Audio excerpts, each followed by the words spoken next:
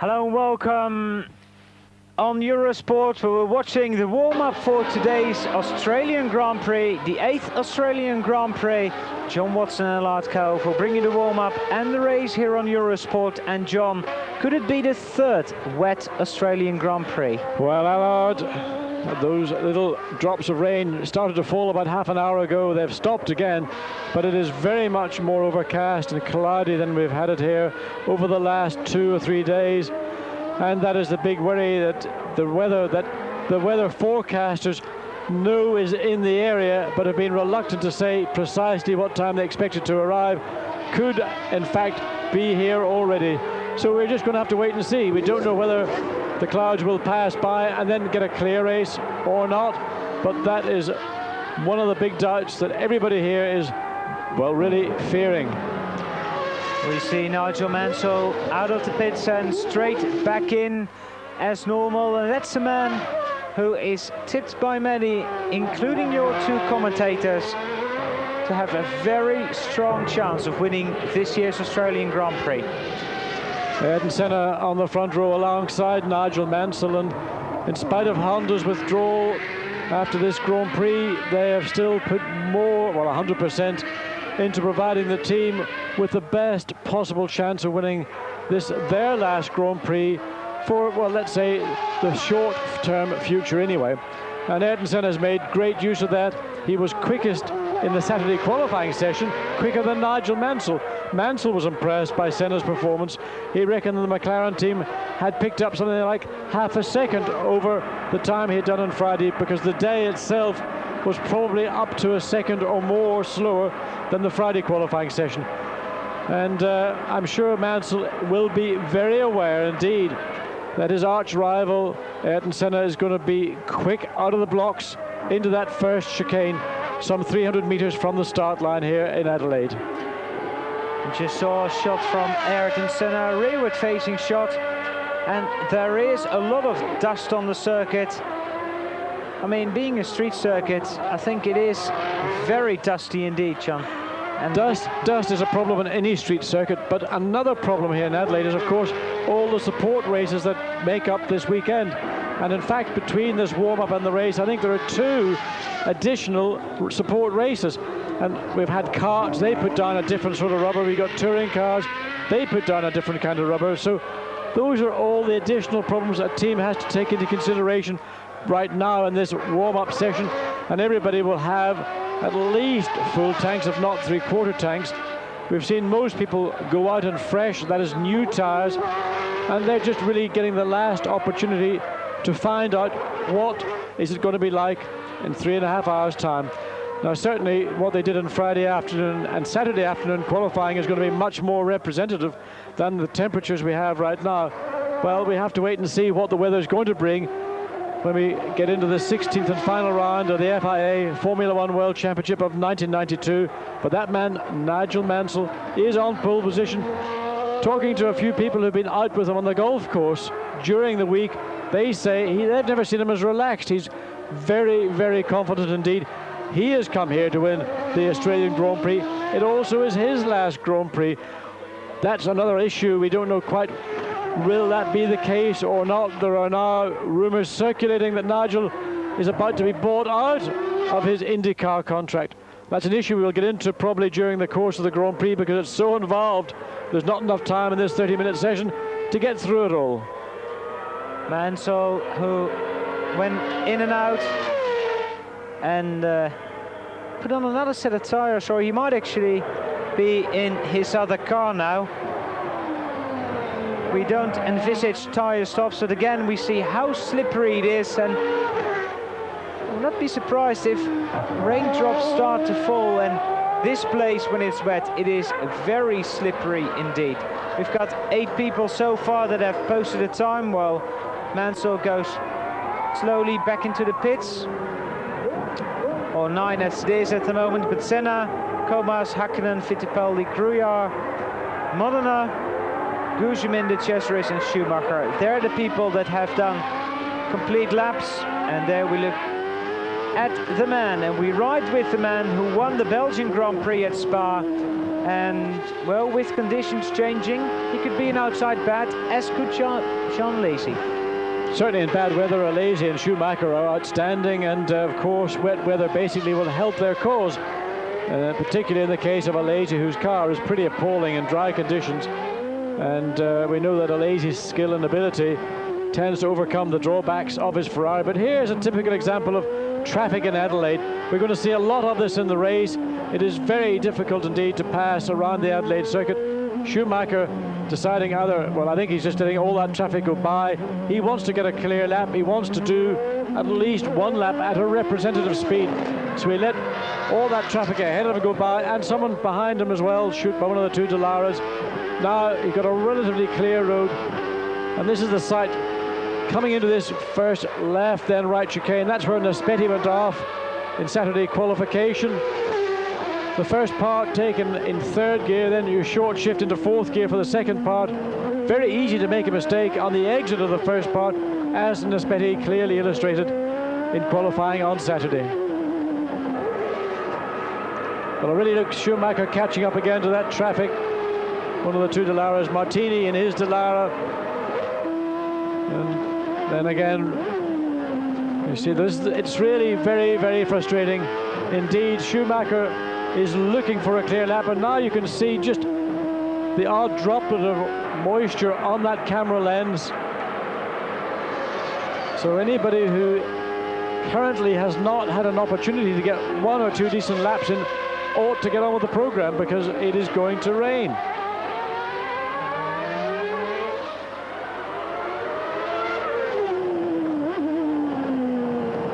Well, a lot of frustration for Michael Schumacher. He thought he had dropped back far enough, and all he's done is just find himself right up behind another. JJ later, well, JJ saw Schumacher there, let him get through cleanly, but neither driver really could get out of that fastest hairpin with any pace at all.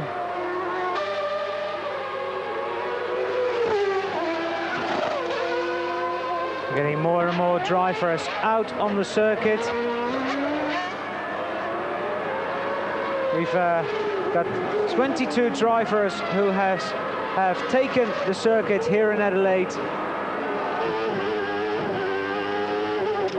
And you were still riding with Schumacher. And I don't know whether that's raindrops, John, or whether that is maybe dirt that came from other cars. Well, it is moisture of some sort, Allard. It may have been from the overflow pipe, the breather pipe, and the back of another car ahead of Schumacher.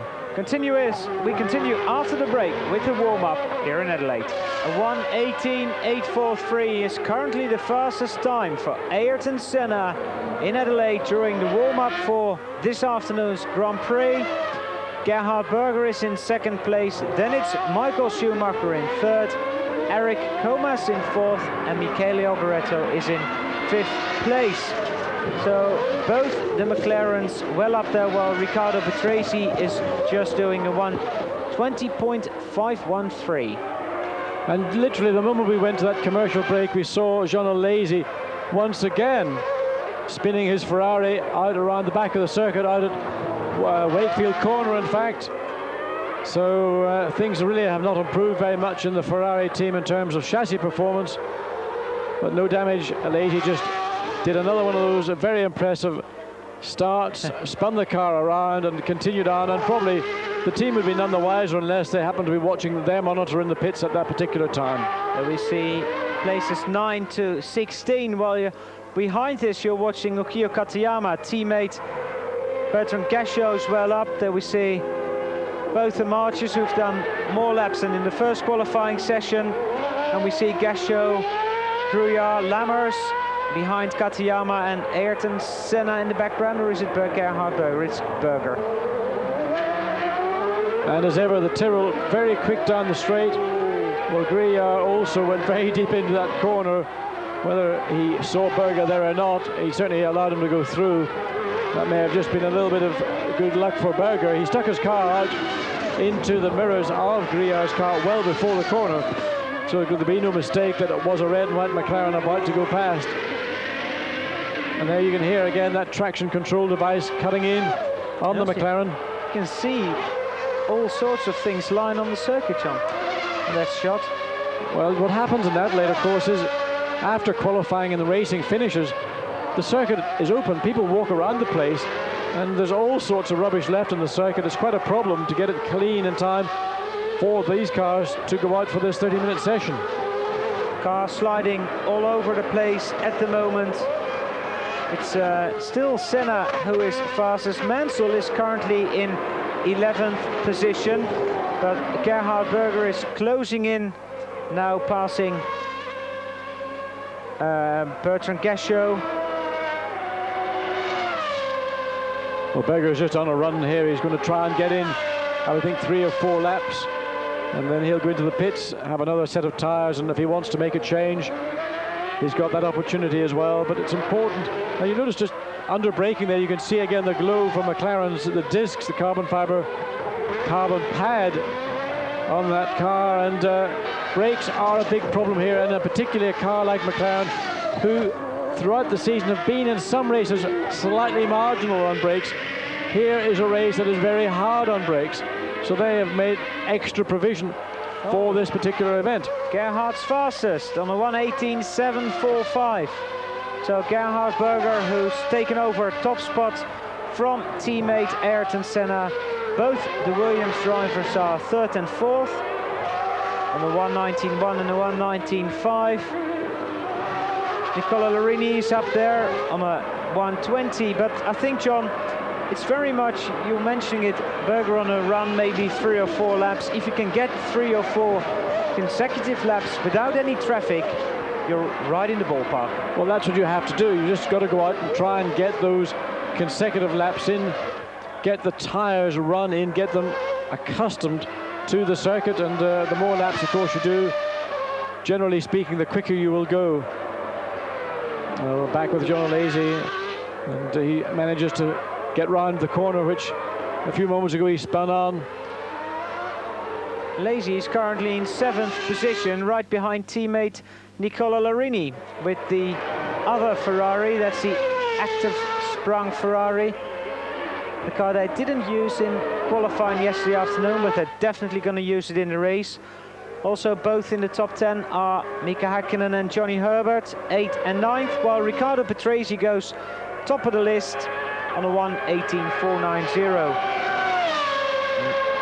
Bertrand Gachot rounds up the top 10, and he's 2.5 seconds slower than Patrese.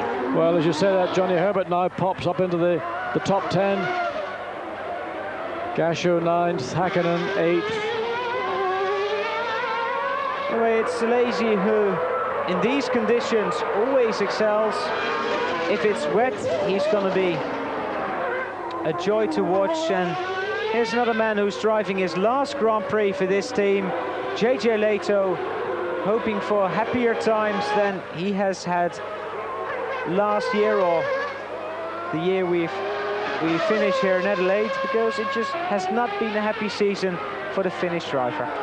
Well, of course, he will be driving with the Sauber team in 1993, and we're hearing all the time of very, very encouraging performances from that as yet unraced Sauber with the Ilmor V10 engine. And that's the original Ilmor V10. The actual engine that car is meant to have is still not in a chassis, and that's meant to be even better than the current Ilmor engine is. So for JJ, this probably represents the first really serious opportunity he has to be competitive in Grand Prix racing.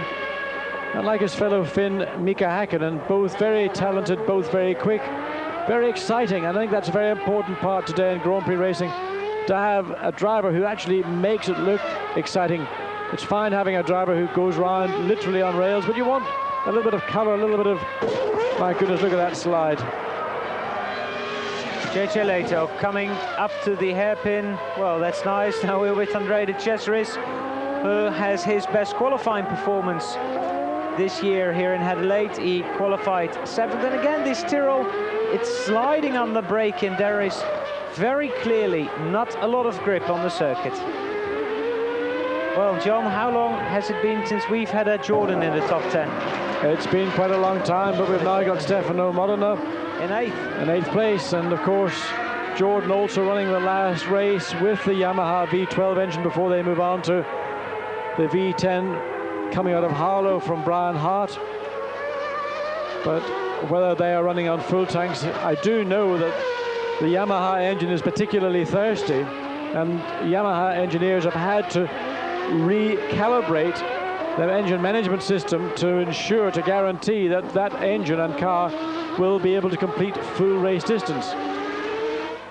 It's another novelty. I see that's an in-car camera with Andrea de Cesaris, and that is the first time we've seen that this year. Anyway, Riccardo Patrese is the fastest man on the circuit for the moment. He's on a 1:18.490. We're about 18 minutes into this warm-up session.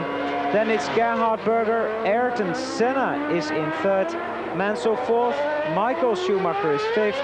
Then Nicola Larini, Bertrand Gachot, Stefano Modena, Jean Alesi and Olivier Gruya. We'll be back. And that's Nigel Mansell, who has just completed the fastest lap of this warm-up session. 1:17.982 is the fastest time so far. Martin Brundle is up to 6th. Nicola Larini is still down in 8th, and now up to 5th goes Mika Hakkinen. So it's all changed as usual in those last 10 minutes of the morning warm-up. It's a bit more rubber down, tanks are getting a little more empty, and drivers are getting those free laps to get the times they want. Well, a lot of time in the early part of this session, of course, is spent in and out of the pits. Everybody's had their car apart, they've rebuilt it, and in most cases you go out, do a lap, come in, the team look at the car, then you'll go out and do a couple or 3 laps, come back in again. And it's only after that, then are you really prepared and ready to go out and try and do another series of 3 or 4 laps at something like a representative race speed. And that's always why we see in the latter part of this 30-minute session suddenly a flurry of activity. And in fact, on our timing monitor here, we barely can keep up with the changes because they come so frequently. And that's really what's happening right now. Martin Brundle, the man who will start his last Grand Prix for Benetton. His future is unknown. There's a lot of talk about him going to maybe Jordan. His name's been mentioned with Pacific and other teams. There are a number of teams, I think, that would very much like to have Martin Brundle, but Martin has done a great job this year for Benetton, and he would like to move into a team that's going to allow him to maintain that momentum and hopefully even progress. So the options, I think, are not very great. The best of which I would say those that are realistic and not the ones that are of fantasy land is driving for Eddie Jordan with that new Hart V10 engine. Yeah, because there was also talk of the car you're looking at now, that he has a chance of going there. I think that chance is probably unrealistic, largely due to the sponsorship situation in the McLaren team. Being a British driver is not the most advantageous thing for the sponsor's point of view. And I think, in fact, we're going to see, and again, it's something we can develop over the Grand Prix itself, there are a number of moves afoot to try and get under control the situation which we see in Formula One, where you may have Ayrton Senna not race, and we already assume that Mansell is going to continue with his plans to take part in IndyCar racing, and that is a very bad position for Grand Prix racing to be in, particularly in a very difficult time in a world economy. Williams has gone back to where it was the last couple of races. Mansell ahead of Riccardo Patrese. Then it's Gerhard Berger. Michael Schumacher is now up to 4th place, and Ayrton Senna is in 5th, still on that 18.8, which was fastest time about 10 minutes ago. Mika Hakkinen is in 6th. Martin Brundle is now in 7th, and Johnny Herbert is in 8th. So looking at Riccardo Patrese, there was talk that Riccardo would go back to Williams, and he's not doing his chances any harm by posting the fastest time again. Well, I think this is more just a function of just being on the circuit at a time. You get that clear lap in. He's now in traffic. He's got to get past Johnny Herbert. That ought not to be too big a problem, because the horsepower advantage that Renault V10 has over the Ford V8 Well, there you can more or less see it, and Mansell now closing up also. Johnny, in fact, I think, decided to back off and let those two Williams get through unimpeded, and we'll watch with interest as to what Nigel Mansell does as he push or allow Patrese just to get away from himself, and then on the next lap past the pits then have another go at wrestling the pride, let's say, of being the quickest man in this warm-up session. Now we're going to see pit stops. That's the next big question. It's basically the first time the cars are run on full tanks in these conditions. So after the warm-up, the Goodyear engineers can all see whether they need pit stops. They only have the softest compound, and well, inevitably somebody will make a pit stop for tires, because there'll be somebody out there who will abuse whatever tire you give them, and that's going to happen. And on a street track, it is a more aggressive form of racetrack, and unless you've got very good control over your emotions, well, that's what's going to happen. So there are going to be people undoubtedly within 12 or 15 laps in the pits looking for tires, but it is not part of the actual race strategy from Goodyear's point of view. They've got the D compound, that's their softest race compound. They are very confident that it is not necessary to make a stop, but as I say, that doesn't prevent somebody from abusing that tire in the early part of the race when the car is at its heaviest and the tire is at its most vulnerable. Riccardo Patrese going cleanly past Pierluigi Martini, and now Nigel Mansell is stuck behind the Italian with but one corner to go, and those discs on the Williams glow as well. And Mansell, a very courageous pass on Martini, because Martini wasn't really about to allow him to get through by cooperating. So Mansell just made room for himself, bullied his way down the inside, and pushed Martini off to the left. Well, now Jean Alesi moves up the order and is in 6th position. Still 2 seconds slower than the drivers you're looking at now. And Mansell really trying to chase Riccardo Patrese. He can see Patrese, he can close on him. Well, Patrese is slowing down. He backed off, and so really Patrese's done his little run. He's quite happy with what he's done. Ayrton Senna's now popped up into 3rd place, 1 minute 17.989. I was about to say, what's happened to Ayrton Senna? He, if you like, is the tip for the top here in Adelaide. And throughout the session, well, for the first 27 minutes of it, he was behind Gerhard Berger. He's now put himself 1 slot ahead of Berger. Senna 3rd, Berger 4th. Michael Schumacher virtually the same time as Gerhard Berger, but some 0.8 of a second behind Ayrton Senna. 4 minutes to go. They tell Riccardo, and Nigel, who is 0.6 of a second slower, 18.0. That's slower than his fastest time so far. And almost Nigel getting very wide. He had to pass one of the two Minardis. He got offline coming into that little left-right. It then was offline on the exit of it as well. Didn't slow him down very much. Oh, and look at that, Nigel, you're going to lose it. Oh, you were very lucky there. Nigel, you were lucky. You had to really get off the throttle. Now, that may well have been the result of what took place 2 corners earlier. Compromised in those 2 corners earlier at the beginning of the lap, trying to make up for it, pushed very hard into that, and you saw what happened. It all went wrong. Mr. Inch Perfect, Ayrton Senna. Currently 3rd fastest, but the man... Well, listen to that. Well, that traction control device, I've heard it being tested at Silverstone, and I mean, it was ridiculous. It comes in almost so early. You think that's got to be a disadvantage rather than an advantage. But of course, what it does, it enables Senna at that particular corner just to nail the throttle. The traction device cuts in, reduces the horsepower, and then it feeds it back in when it feels that there's sufficient grip for it to do so. Makes the driver's job, in many respects, very much easier, but takes away from the art and the craft, in my mind, of what a Grand Prix driver should be doing. And Ayrton Senna at this intermediate point is faster than Riccardo Patrese. We see the car, little slide coming out of that corner, but listen to that. Otherwise, if that traction control device wasn't working, you'd be seeing Senna fighting wheel spin, or in fact, in Senna's case, he wouldn't fight wheel spin because he would be able to balance his foot on the throttle. Gerhard Berger has just gone second. Senna 17.651. Now is second. Berger back to third. Nigel Mansell all the way back to fourth. And things are changing literally by the lap here in the remaining moments of this 30-minute session. It looked like Ayrton lost something coming out of that, or going into that last corner, where he is 3/10 slower than Riccardo Patrese. Gerhard Berger and Nigel Mansell, that's a nice Williams-McLaren pair on the top four again. Schumacher, Alesi, Brundle, Häkkinen.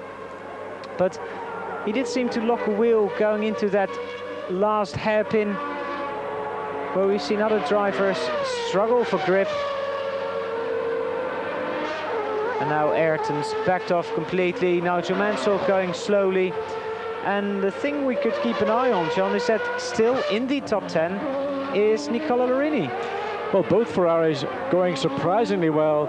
And one would think, and I believe, that both those Ferraris are not running full tanks. They don't traditionally do that. And Alesi's time, very impressive indeed for a very hard car to drive around a bumpy circuit. But Larini probably equally impressive, running in 9th place at this stage.